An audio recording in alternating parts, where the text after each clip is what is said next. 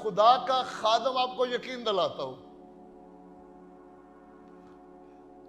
اگر آپ ایماندار ہیں، ایک ہی سوال ہے کہ اگر آپ ایماندار ہیں، ہم کچھ بھی نہ کریں، آدھا گھنٹہ خاموشی سے بیٹھ جائیں، ایون کلام بھی نہ ہو، آپ ہیل ہو جائیں گے۔ یہ میں خدا کو حاضر جان کے بات کر رہا ہوں۔ اس کی حضوری میں زندگی ہے، کیسے ہو سکتا ہے؟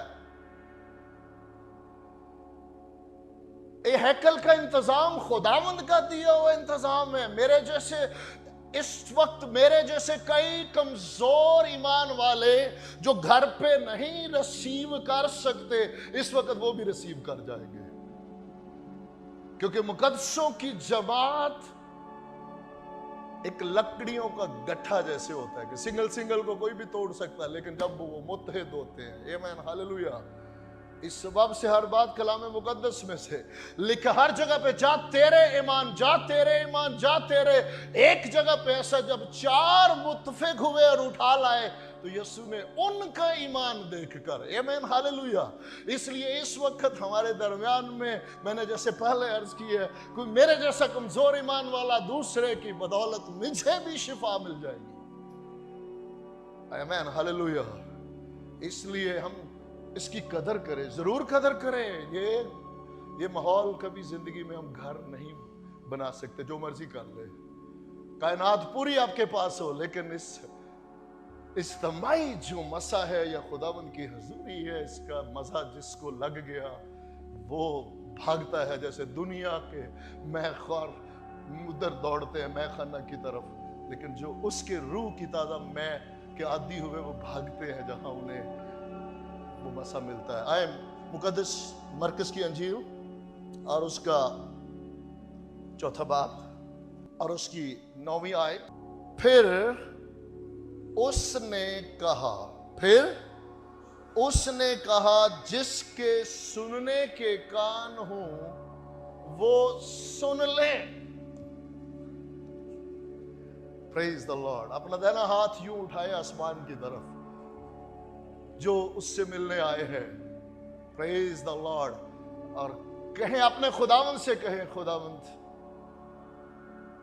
میں سننا چاہتا ہوں، میرے کانوں کو مسا کر دے، میرے ذہن کو مسا کر دے، کیونکہ میں صرف سننا ہی نہیں سمجھنا بھی چاہتا ہوں، اور روح کا مسا میرے دل میں آ جائے، بسا رہے، تاکہ میں غور کرتا رہوں اور میری زندگی میں ظہور میں آئے، مسیح کے نام میں، آمین آمین۔ ساتھ والے کو بھی بتائے خداوند نے آپ کو سننے والے کان دیے ہیں، پریز دی لارڈ، آمین ہاللویہ۔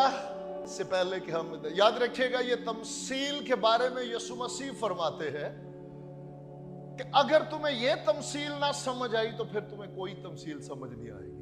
بیج بونے والا بیج بونے نکلا، یہ اس تمثیل کے بابت خداوند یسوع مسیح فرماتے ہیں اپنے شاگردوں سے کہ اگر تمہیں اس کی سمجھ نہ آئی تو تمہیں باقی تمثیلوں کی سمجھ نہیں آئے گی۔ کوئی بھی زندگی ارادہ کریں کہ میں نے خالی نہیں جانا، میں بے وقوف نہیں ہوں، میں وقت ضائع کرنے یا وقت گزارنے نہیں آیا۔